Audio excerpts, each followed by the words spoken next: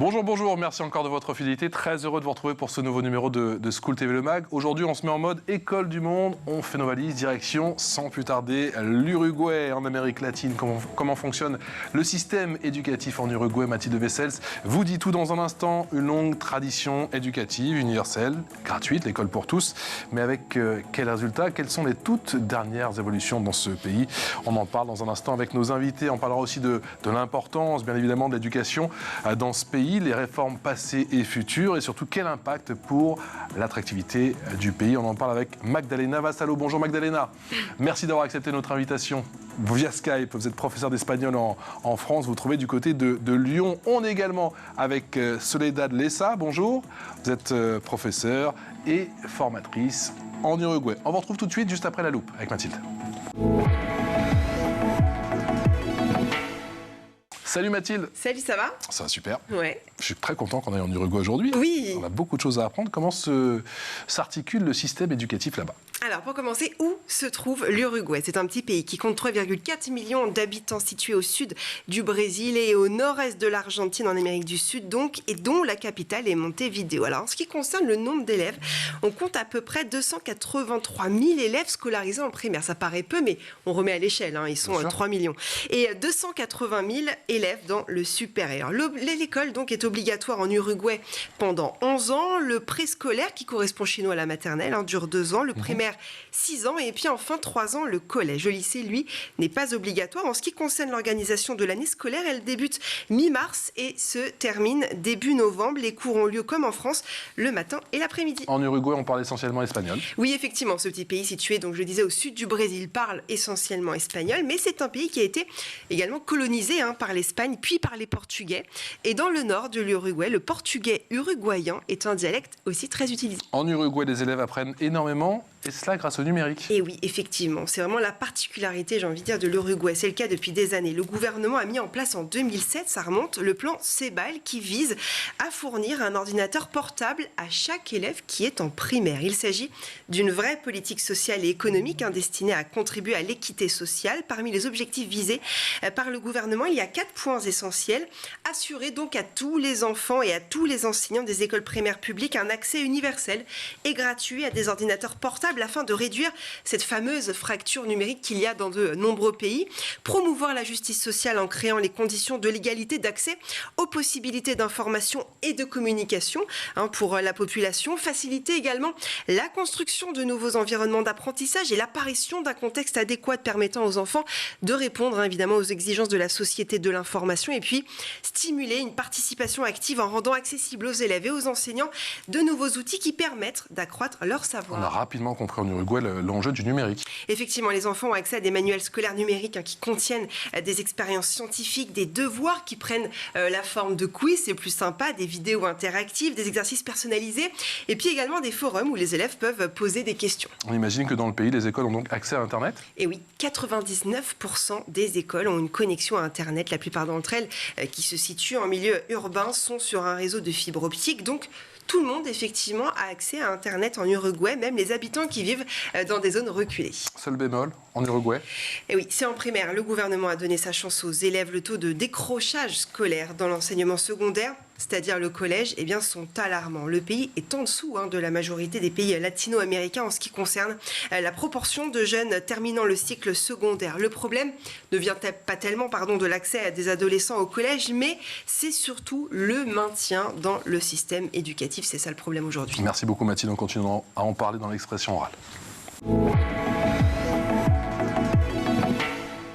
L'expression orale dans ce School TV Le Mag, effectivement avec Magdalena Vasallo et avec Soledad Lessa.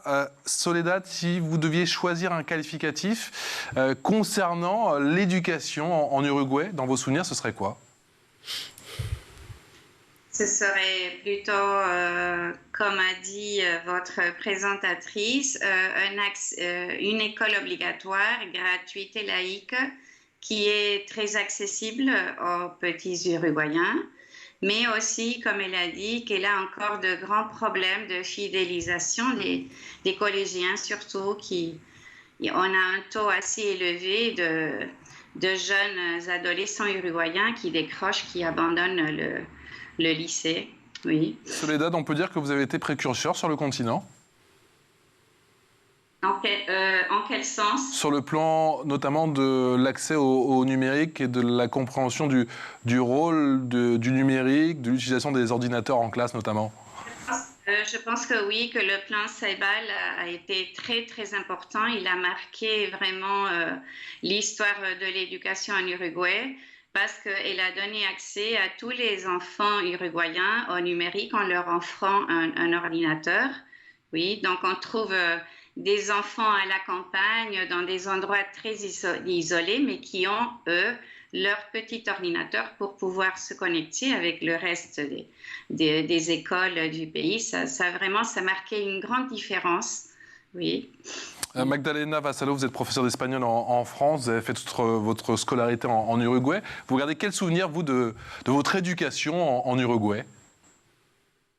J'ai un souvenir d'une éducation très agréable et démocratique, hein, et un très bon système éducatif avec de bons professeurs qui nous ont bien formés, c'est mes souvenirs.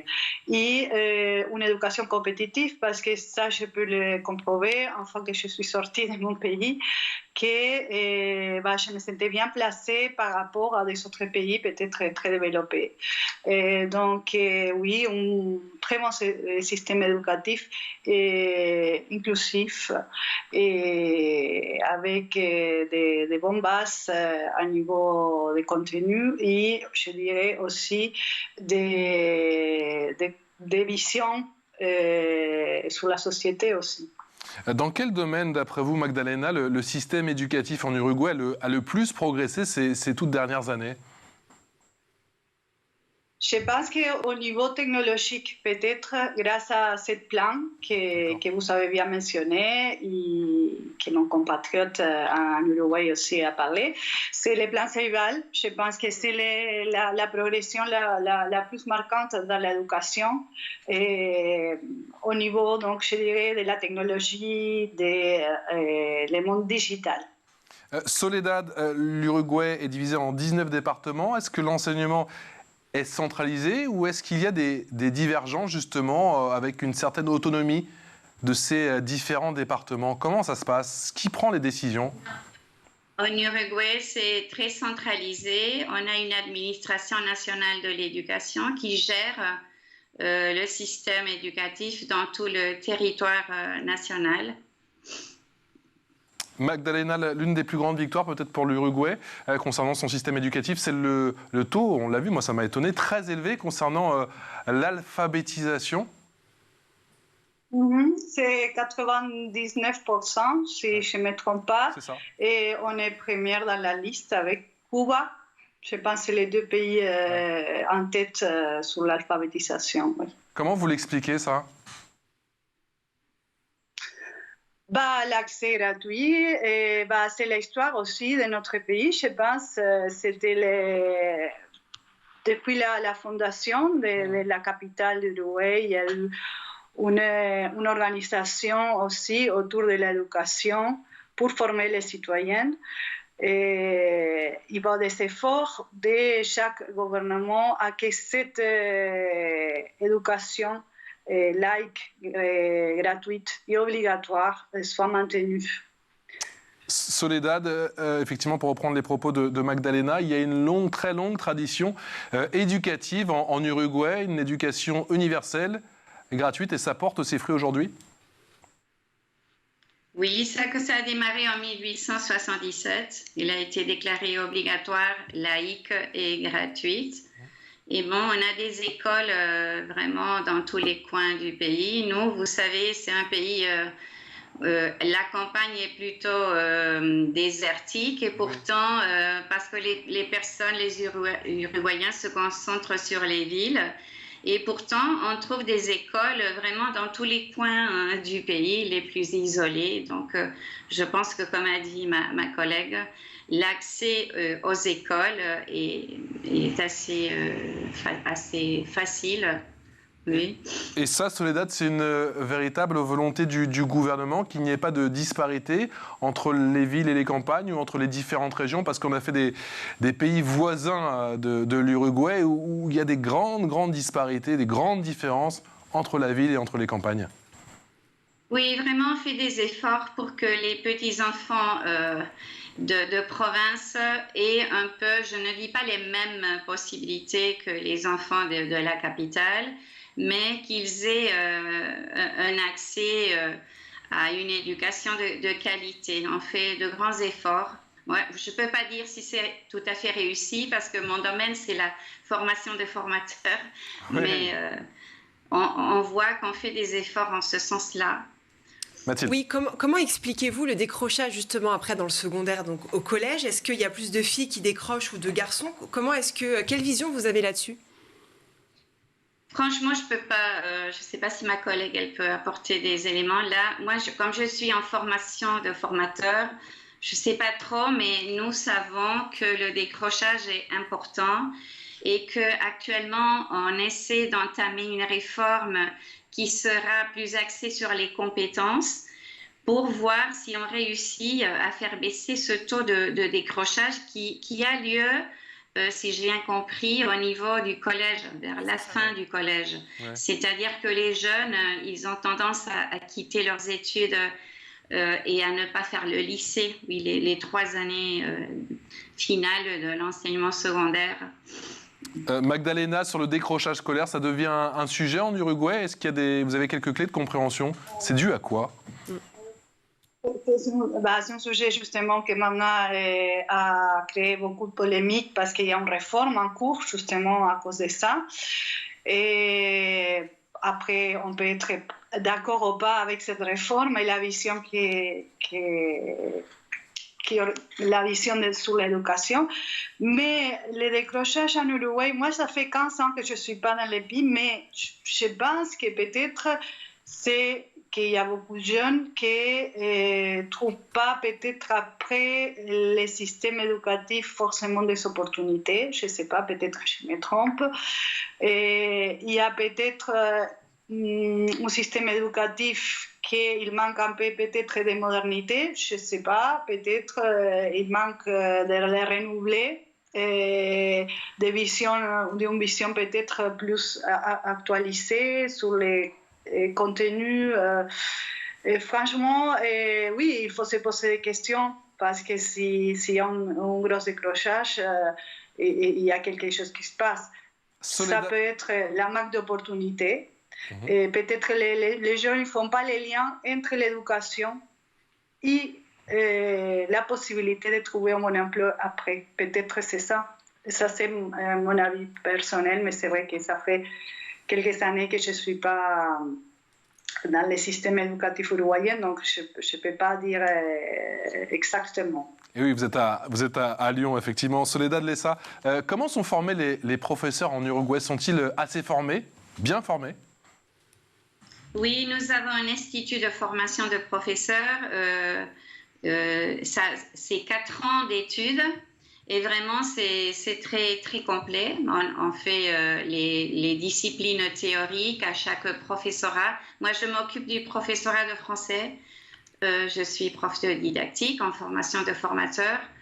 Et c'est 4 ans de formation. Et on a aussi le stage. Oui, les étudiants font le stage pédagogique dans des différents établissements. Magdalena, la question de la formation des professeurs, c'est une question avec le décrochage scolaire qui vient souvent dans le débat en Uruguay ou justement ce n'est pas un problème dans votre pays?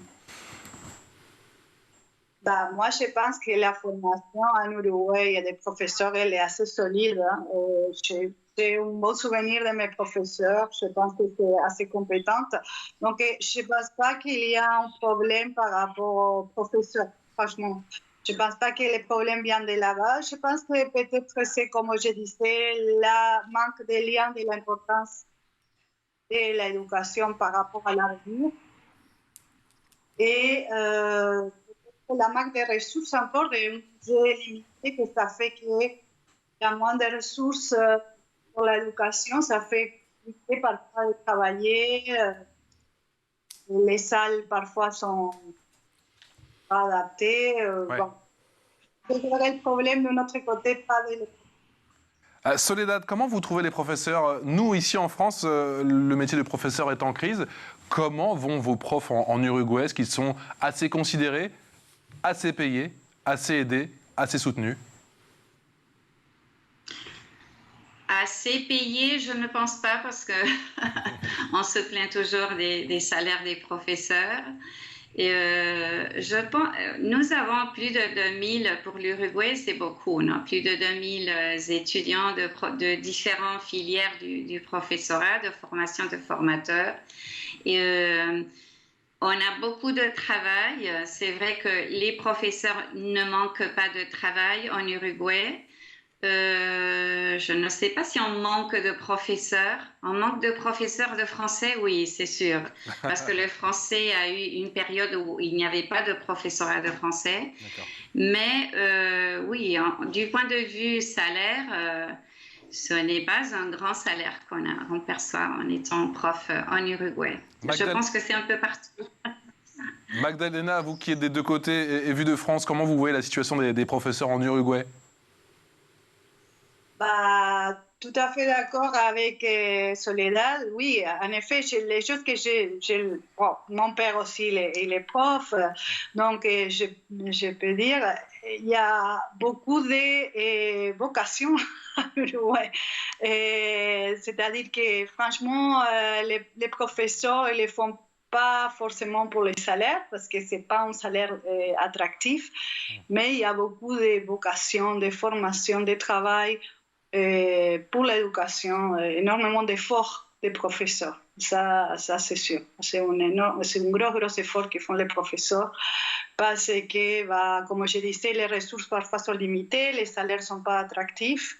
Par contre, la qualité de l'éducation, elle est assez bonne. Elle est assez bonne, elle est au rendez-vous. Magdalena, comment se passe une journée de cours à l'école pour les petits Uruguayens? Ils ont cours toute la journée? Est-ce qu'ils ont cours que le matin avec un peu plus de place peut-être pour d'autres activités artistiques, sportives? Ça se passe comment? Exact. Bah, les choses en Uruguay, et que je me souviens et que je pense que ça continue encore comme ça, c'est qu'il y a différents horaires pour l'école et pour les collèges-lycées. Donc, la famille peut choisir en fonction de son organisation, c'est-à-dire qu'on peut aller à l'école que la matinée, donc ça sera par exemple de 8h30 à 12h30, ou bien c'est à l'après-midi de 1h à 17h. Ça, c'est pour l'école. Et donc, moi, par exemple, c'était l'après-midi et moi, je me souviens que, voilà, nous, on fait, comme ici en France, hein, les mêmes matières, on travaille en maths, on travaille on travaille histoire, géo, tous les contenus, mais c'est vrai que c'est un horaire plus court. Par contre, pour les familles qui sont compliquées, ça existe les écoles de temps complet, les écoles où les enfants ils peuvent manger à la cantine, ils peuvent rester toute la journée, et avec des activités plutôt récréatives, des ateliers artistiques, sportifs comme ça. Soledad, vous avez le sentiment que l'Uruguay a trouvé le juste milieu en termes de rythme scolaire? C'est pas trop long? C'est pas trop court. Ici en France, souvent, on essaie de réduire un petit peu les journées à rallonge de nos élèves, mais il y a toujours une levée de bouclier. Vous avez le sentiment d'avoir trouvé le juste milieu? Non, je pense, comme a dit Magdalena, c'est 4 heures, non? 4 heures de 8h à midi ou de 1h à 5h. C'est un peu trop court pour les familles dont les parents travaillent. Ah ouais. On se plaint un peu. C'est vrai qu'on a la possibilité de mettre l'enfant dans une école à temps complet, mais c'est juste pour les personnes qui viennent d'un milieu défavorisé plutôt. Et donc, moi, je trouve que c'est un peu trop court. Mais oui, c'est forcément un casse-tête pour les parents qui travaillent. Avec le double horaire pour les enfants. Oui. Quelle est, Soledad, l'importance de la note en Uruguay? Ici, c'est très important en France. Est-ce que très tôt, on sensibilise les enfants à l'importance de la note, au fait qu'il faut avoir une bonne note et qu'il y a une forme de compétition qui s'installe assez rapidement? Oui, malheureusement, ça reste comme la norme, la note. On a prétendu changer un peu ça et ne plus mettre de notes, plutôt donner des concepts aux étudiants, mais on n'a pas trop réussi. La note est très ancrée, oui, dans notre système. Vous confirmez, Magdalena, la note, très tôt et la pression? Oui, oui. Ouais. Oui, non, Mais aussi, je me souviens que, bah, peut-être c'est ce que j'ai gardé mon souvenir, en tout cas, et le plaisir d'apprendre aussi. Je pense que moi, en tout cas, c'est ça que m'ont transmis. Je n'étais pas une élève trop stressée pour la note, moi, personnellement. Ils ne m'ont pas non plus, je n'ai pas senti cet stress. Et voilà, il y a par exemple des différences, peut-être je peux remarquer par rapport à mon éducation, l'éducation que ma fille par exemple a ici, que oui, il y a beaucoup la note parfois pour les systèmes qu'on peut contrôler même les parents. On peut voir les notes de nos enfants au collège et vérifier quelles notes ils sont. Dans notre cas, les parents ils doivent attendre un bulletin mensuel ou trimensuel pour voir les notes. Donc, ce n'est pas systématiquement à chaque fois, chaque semaine, que les parents ils vérifient les notes. Donc, c'est moins fréquent. Oui, moi j'ai une question concernant l'uniforme, parce que j'ai pas trouvé d'informations sur Internet concernant le port de l'uniforme ou pas en Uruguay. Et si jamais il n'y a pas d'uniforme obligatoire pour les enfants, est-ce que c'est un débat chez vous ou pas? Il y a l'uniforme. L'uniforme, ça fait partie de notre symbole. C'est un tablier blanc. Soledad. Pour tous les enfants. Pardon. Allez-y, Soledad. Soledad, oui. Oui, les enfants des écoles publiques primaires ont l'obligation de porter un tablier blanc. Oui, ça c'est pour tous les enfants. Pourtant, au niveau secondaire, on n'a pas d'uniforme. D'accord. Et Magdalena, du coup, je voulais juste vous faire réagir sur ça, sur l'uniforme.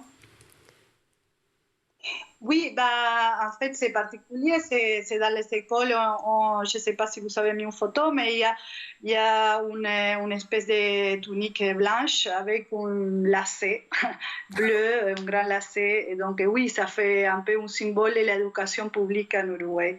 Mais c'est seulement pour l'école. Au collège, lycée, c'est libre. Il n'y a pas d'uniforme. Et oui, on a mis effectivement la petite photo avec les petits sourires de rigueur. L'info en plus avec Mathilde. Mathilde, tu nous parles d'un manuel universellement accessible mis en place par l'UNICEF et testé justement en Uruguay. Et oui, justement, l'Uruguay fait partie de ces pays qui ont mis en place ce fameux manuel. Alors la volonté est de venir en aide aux enfants atteints de handicap en les empêchant de décrocher du système scolaire classique. Ce programme a été mis en place en 2015 par l'UNICEF et il s'agit du prototype d'un manuel universellement accessible. Afin de quoi? De permettre à tous les enfants d'une même classe de suivre les mêmes enseignements avec le même manuel. Vous allez me dire, c'est le rêve du monde entier, évidemment, et de tous les enseignants. Alors, parmi les pays qui participent à cette étude, c'est encore en cours, il y a l'Uruguay. Donc, alors, ma question est la suivante, peut-être pour Soledad qui est sur place. Est-ce que l'Uruguay est un pays particulièrement investi dans l'inclusivité, en tout cas dans l'éducation inclusive ou pas? Moi, je pense que oui, qu'on fait un grand effort là-dessus dernièrement. Et bon, je n'étais pas au courant de ce manuel, mais je pense qu'il est assez cohérent avec les politiques éducatives actuelles qui prétendent être beaucoup plus inclusives, justement. Magdalena? Les choses que je sais, c'est qu'il y a des écoles qui s'appellent l'éducation spéciale, qui sont des écoles justement destinées aux enfants avec des différents handicaps. Donc, il y a des écoles spécialisées pour les élèves qui ont des problèmes, soit handicaps mentaux, des troubles d'apprentissage, comme des autres types de handicaps physiques. Donc, oui, je pense que oui, qu'il y a un effort, il y a un travail là-dessus. Dans quelle mesure, Magdalena, le système éducatif français devrait s'inspirer du modèle uruguayen? Qu'est-ce qu'il faudrait peut-être aller chercher, picorer? Moi, contrairement peut-être à ce qu'a dit Soledad, je trouve qu'ici, il y a un horaire, je trouve en France, trop long pour les enfants, un peu trop chargé. Mais bon, c'est vrai qu'après, peut-être pour les parents, ça pose des problèmes pour les familles, mais peut-être d'inclure plus des activités dans l'horaire scolaire pour ne pas les raccourcir, mais des activités de type extra-scolaire, comme soit sportif, ou soit artistique, ou soit d'autres types qui ne soient pas les activités curriculaires classiques. Pour le coup, vous, votre fille, elle les fait quand, ces activités extrascolaires? Elle les fait le mercredi, les week-ends, ou aussi en soirée, en semaine? Parfois, je trouve qu'il n'y a pas assez de temps pour ça. Bah ouais. Parce que ma fille, quand elle sort, elle est fatiguée, elle doit faire ses devoirs. Donc, quand on fait ce type d'activité, par exemple, que ça sort des mathématiques, des assignatures classiques. Donc, oui, ma fille, elle fait mercredi, elle fait la natation. Et bon, pour le moment, c'est tout. Ouais. C'est le mercredi après-midi. Elle garde encore le mercredi après-midi libre. Ça, c'est bien. C'est très bien. Dernière question, Soledad. Quelle est la place du par cœur dans les apprentissages en Uruguay? Est-ce que vous misez beaucoup sur le par cœur ou on essaye au maximum de développer l'esprit critique des élèves? C'est quoi la philosophie? Non, je pense que le par cœur, au moins, c'est ce qu'on prétend, c'est que ça ne soit plus la norme en éducation. On essaie de former des élèves qui soient autonomes, qui soient plus protagonistes dans leur apprentissage et qu'on essaie de former des professeurs qui soient plutôt des guides pour ces apprenants et pas le par cœur, non, pas du tout. Magdalena, vous me confirmez, pas le par cœur? C'était le cas à votre époque? C'est toujours le cas aujourd'hui? Pas de par cœur? On essaie de développer au maximum l'esprit critique des élèves? Oui, exactement. C'est ça comment j'étais formée. En fait, il y a beaucoup... Les professeurs, ils font beaucoup d'efforts pour que nous, en tant qu'étudiants, on pouvait développer notre esprit critique et justement l'autonomie. Et c'est ça que peut-être, là, je trouve qu'il faut peut-être pousser un peu plus à que les élèves soient un peu plus autonomes dans la recherche, des ressources pour s'informer, pour apprendre toute seule, sans que tout soit donné. Et peut-être là, il y a un travail à faire. Bon, c'est ça que peut-être je peux constater dans mon expérience de travail ici. Et que moi, comme j'étais éduquée, c'était différent. Justement, oui, on devait nous chercher nos propres ressources pour apprendre. Merci infiniment. Merci à toutes les deux. Merci pour ce partage et merci de nous avoir donné autant d'informations. On est déjà sur le dossier, je ne vous cache pas, avec Mathilde. Montez vidéo, regarde le prix des billets. On est déjà sur le dossier.